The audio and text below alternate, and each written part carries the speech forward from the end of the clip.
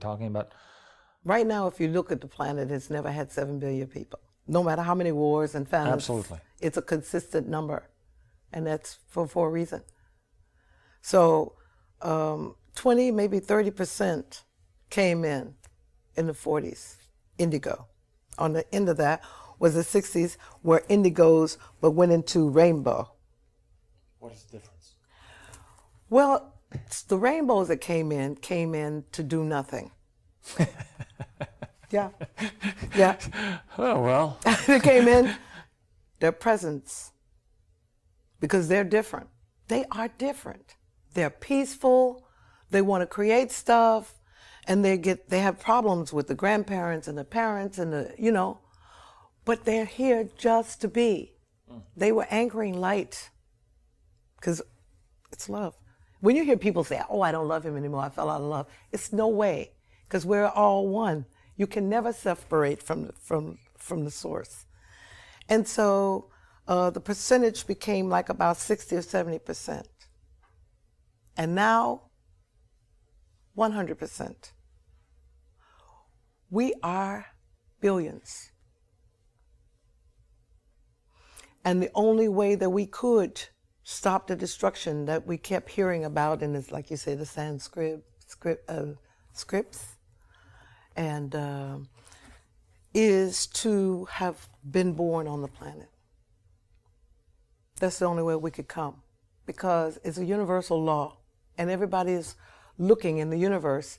And if you do something that is out of what the agreement was in the Star Nations, they can't trust you. You lose your membership, because they believe in keeping their word. And plus the fact, the karma, you don't want to deal with the karma. I mean, it's not that we're going to burn in hell like the liars in the churches have told us, because there's no punishment.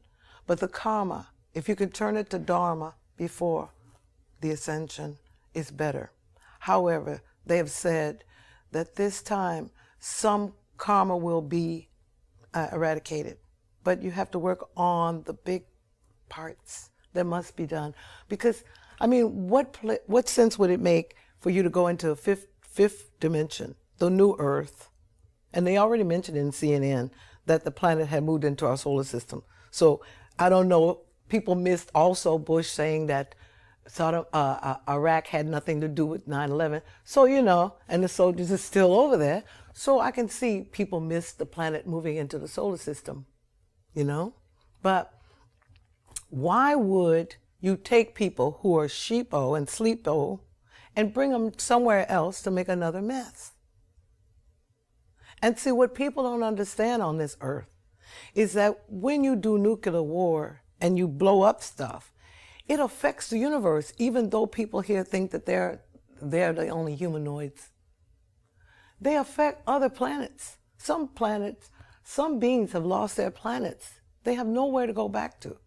And the Argarthians, in the center of the earth, our brothers and sisters, there's some insect beings that they don't have a planet to go to now, either. And they're worried sick, because the Argarthians have been given permission to leave the center. Maybe that's where some of us will go during the coming shakeup. But in my mind, I've already stabilized. Nothing is going to happen to me. We go back a year and a half ago. Okay. From a year and a half ago to now, where do you get all this information? You say it's being downloaded into my head. Mm-hmm. From where? Books? You read books? Is there philosophy? Is there? You come up with names that I've never heard, and I'm sure most people listening now I haven't heard about Agapians and all of this. Where do you get that from? See, what happened to me? I was an artist. I mean, a real singer, and I travel and I'm glamorous and dress up and limousines and look good and made millions and, the whole thing. Yeah. I am a money magnet. If I have If I'm focused on something in the industry, it has to be in the industry because that's my love. I'm going to make millions. That's just the way I am. And everybody in the industry knows that. When they see me and I got an idea, they're with me because they know they're going to get, I'm going to be successful. Well, when I woke up that time, a year and a half ago, for me, I'm a singer. I like to sing, but I'm done. Because I understand you must study now. I mean, how does humans accept all the things that are happening? They lost all their rights. They have a criminal code book that's that thick. Every time they accumulate $1, there's somebody in the mailbox on the telephone to take it. They're not with their children. They're not able to enjoy their relationships. They're not able to sit back and just relax. They're working 5, 6 days a week. We're not supported. We didn't come here for that. We're no slaves. And when I look around and see that, I'm done with that. I'm done. I'm just done with it. For me, it's finished. I see that it's done. And what people have to do, if you don't like your life, look beyond these blinders and step back and take a wide view. You have, going back to the Bible and all the religious teachers that say, you have free will. Who did you give it to? Why did you give away yourself? All your rights? That's why you have nothing. Because you've decided that you can't think for yourself. And so you need somebody to take care of you. And you gave away what you came on this planet with. Freedom and free will. You are a spirit being having a physical experience and nothing more. Do you think that the creator of all there is would send you down here without a package, a lunchbox? You make lunch for your kids. You think he would not give you all the resources for you to live? I think not. That's what I know now. And I'm finished with plan A, with plan B. I'm taking the other plan. And what's the other plan? It is being responsible for myself, okay? And acting like an adult and not begging to do things that are my rights. That's what I'm doing. Either you believe with the church and the Bible and all of this says, and you trust your Creator, or you trust who? Because now you mentioned the big C word, the Creator. What is this? What is your belief? Do you believe in a God with a G, capital C, capital whatever? No. Do you believe in a being? Do you believe in a spirit? What do you believe in? I believe there's a source of all there is. But I think that we are fractals that was projected ourselves here. We are sparks. We are creator gods. We create our own reality, and the powers that think they control knew this. So what do they give us as imagery? We're magical. We create any and everything that is here. That is why we are all responsible for the mess, and we must clean it up. What you're saying basically is that God is God, whatever it is, whatever that is, and I'm not talking about religious God, but I'm talking about eternal energy is playing a game with itself. It's just we are here as a play, because we're all God. We're all the energy, and the energy decided to express itself. this way. Exactly. And we are part of that. Yes, sir. We are not separate from that. No, sir. We are just ourselves playing in a mirror. That's right. That's right. Now I have another question for you. That is fantastic. Absolutely. We live in the duality world. Good and bad. Yes. Do you believe in evil? No. You don't believe in evil. You No don't more. believe that soldiers raping young child